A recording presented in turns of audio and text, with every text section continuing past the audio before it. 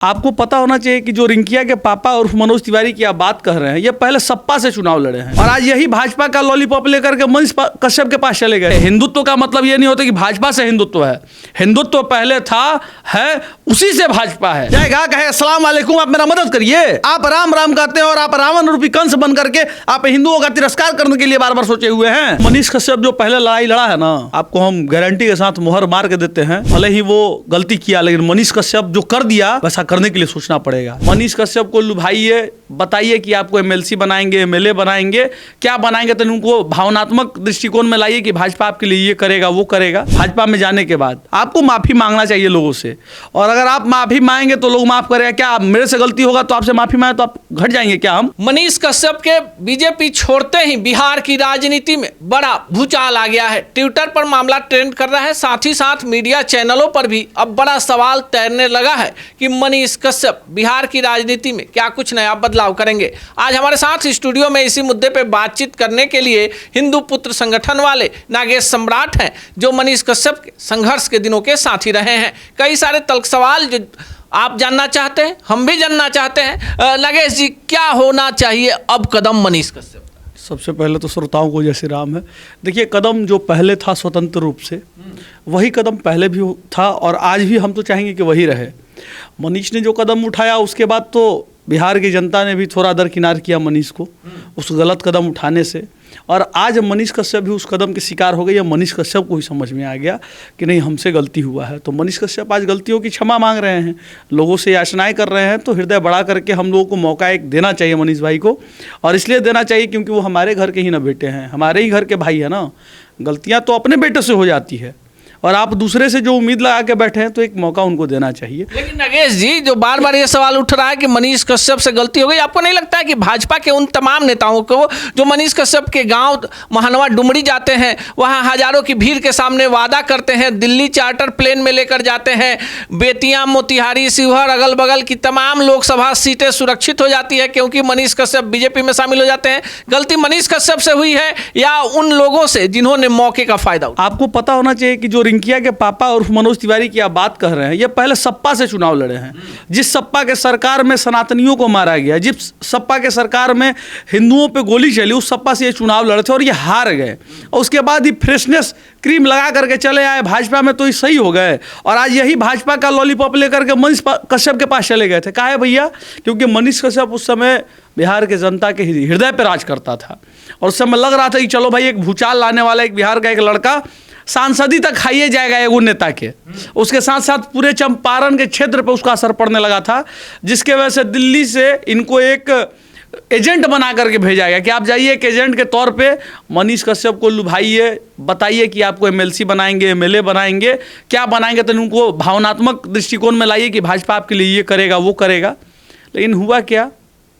खोदा पहाड़ निकली चूहिया। आपको ना इधर का रहने दिया ना उधर का रहने दिया, समाज से भी आपको दरकिनार कर दिया और अपना सीट बचा लिया और आपको समाज के नज़र में नीचे भी गिरा दिया। ये मनोज तिवारी काम किए हैं।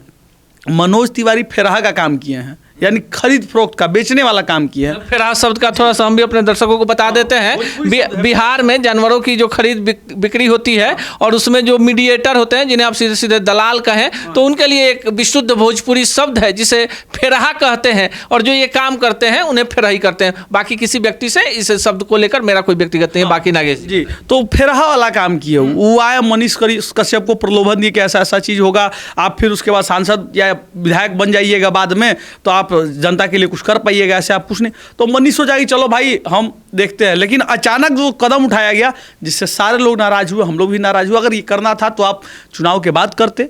अगर मनोज तिवारी को मनीष कश्यप को प्रलोभन देना ही था तो आप बहुत पहले क्यों नहीं आ गए? मनीष कश्यप जब जेल में था और जब जेल से निकला उस समय आकर के क्यों नहीं बोले कि मनीष आप चलिए, आपको हम भाजपा ज्वाइन करवाते हैं? जब मनीष ने ऐलान किया चुनाव का, उसके बाद आपने प्रलोभन देने के लिए पूरा सिंडिकेट लगा दिया गया भाजपा के नेताओं के द्वारा।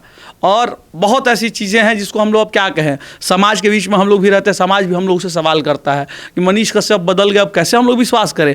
तो ये नेताओं ने मनीष कश्यप का बिहार वासियों के हृदय से मन का विश्वास खुलवाने का। लेकिन नागेश जी, मनीष कश्यप पीएमसीएच प्रकरण के बाद मनीष कश्यप अपने चनपटिया जाते हैं, मोतिहारी जाते हैं, बेतिया जाते हैं और पूरे बिहार के लोगों से, अपने समर्थकों से माफ़ी मांगते हैं कि भाई गलती हो गई, हम कोई पॉलिटिकल परिवार के थे नहीं, कोई पूंजीवादी थे नहीं, आम आदमी हैं हम। इन राजनीतिज्ञों की चाल कूटनीति को नहीं समझ पाए। नागेश सम्राट इस चीज को किस रूप में लेते हैं? बिहार की जनता ने जिस तरह से मनीष कश्यप का साथ देने के लिए, जिस तरह से उनके सोशल मीडिया से लेकर उनके कार्यक्रमों में भीड़ जमा हो रही है, आपको नहीं लगता है कि मनीष कश्यप एक बड़ा टर्निंग पॉइंट साबित हो जाएंगे 2025 में? देखिए क्या है कि पीएमसीएच की जो प्रकरण घटनाएं थी, उस घटना से सबको अवगत है।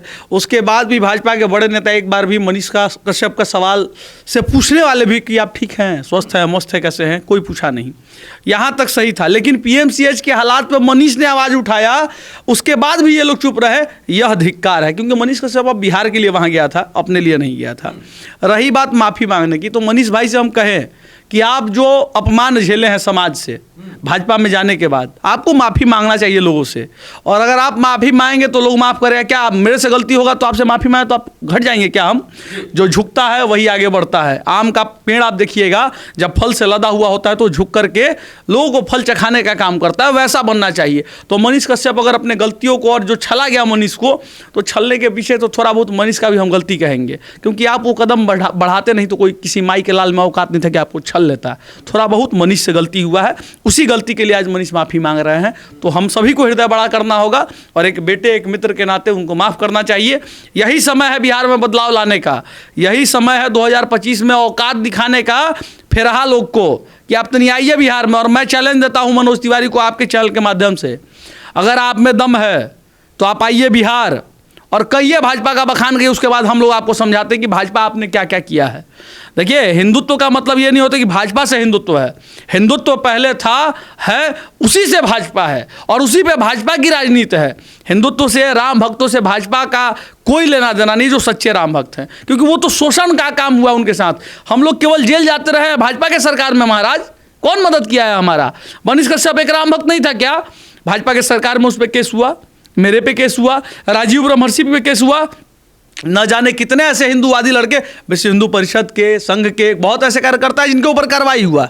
कितना लोग को बचा लिए आप सत्ता में हैं तो हिंदू जो आपसे आशा अपेक्षा लगा के रखा है, आप उसका मदद नहीं करेंगे तो किसके पास जाएगा? राजद के पास जाएगा, कहे अस्सलाम वालेकुम, आप मेरा मदद करिए। आप राम राम कहते हैं और आप रावण रूपी कंस बन करके आप हिंदुओं का तिरस्कार करने के लिए बार बार सोचे हुए हैं। ऐसा नहीं होगा और बोलना पड़ेगा। मैं भाजपा के उन कार्यकर्ताओं से भी कहना चाहता हूं, आपके अंदर भी हिंदू रक्त प्रवाह है। जहां गलत है, जहां आपके राम भक्तों के साथ शोषण किया जा रहा है, चाहे बिहार की जनता के साथ किया जा रहा है, तो आप बोलिए। जब आपकी सरकार है तो क्यों नहीं बोलेंगे? हम अपनों से नहीं लड़ेंगे तो किसके पास लड़ेंगे? थरिया लोटा गिलास जहां रहेगा वहां खनक होगा ही। लेकिन आप सोचेंगे हम थरिया लोटवा गिलास के किचन से फेंक दें तो खनवा कोची में खाइएगा। तो जब कार्यकर्ता ही आपका जो राम भक्त है, जो सच्चा सनातनी है, उसकी आप रक्षा नहीं करेंगे तो आपको वोटवा कौन दे देगा? ले लीजिएगा वोट। लेकिन नागेश जी, इतनी बातों के बाद सीधे आते हैं 2025 का चुनाव है, 3 से 4 महीने का समय है। मनीष कश्यप ने एकदम साफ कह दिया, उसी तेवर में आम आदमी, गरीब, मजदूर, बेरोजगार और जिन लोगों के नजर में मनीष कश्यप हैं, उनकी लड़ाई लड़ेंगे। आपको लगता है मनीष कश्यप ने जिस तेवर के साथ शुरुआत फिर दोबारा से की है, बिहार में बड़ा बदलाव होगा? देखिए, मनीष कश्यप जो पहले लड़ाई लड़ा है ना, आपको हम गारंटी के साथ मुहर मार के देते हैं, भले ही वो गलती किया, लेकिन मनीष कश्यप जो कर दिया वैसा करने के लिए सोचना पड़ेगा, वैसा मजबूत हृदय बनाने के लिए सोचना पड़ेगा। और मनीष अगर कह रहा है कि हम उस प्रयास को फिर से करेंगे तो करेगा। हमें विश्वास है, बिहार की कुछ जनता को जरूर विश्वास है। ऐसा बात नहीं है, मुझे भी बहुत सारे मजदूर फ़ोन करते हैं और मनीष कश्यप का ये हाल कभी देखते हैं ना, पीएमसी की घटना, वो रो रहे थे। लिटरली आपको बताया, वो रो रहे थे मेरे से बोल करके। तो भाई, मजदूरों के हृदय में तो विराजमान है मनीष कश्यप, आप उसको निकाल नहीं सकते हैं। आज बिहार के बड़े बड़े राजनेता, चाहे सेंट्रल गवर्नमेंट के हो चाहे बिहार गवर्नमेंट के, बिहार के मजदूरों के लिए कभी आवाज़ नहीं उठाए। लेकिन एक बंदा जाकर के दिल्ली में गरजा, एक बंदा जाकर के तमिलनाडु में गरजा, बिहार में गरजा और उसके ऊपर एनएसए लगाया गया, तो ये मजदूर उसका ऋणी तो रहेंगे। जो सच्चे मजदूर हैं, जो सच्चे लोग हैं, मनीष कश्यप के ऋणी रहेंगे। और मनीष कश्यप को कार्य करके दिखाएगा और ये भूचाल आ रहा है, सिस्टम में बदलाव तो आएगा। चलिए, सिस्टम में बदलाव आएगा और रिंकिया के पापा को भी नागेश सम्राट ने आज साफ साफ कह दिया कि राजनीति करना है तो कीजिए, पर उन लोगों के लिए नहीं जो आम आदमी की लड़ाई लड़ते हैं। बाकी जनता है, जनतंत्र है और 2025 का बिहार विधानसभा चुनाव है।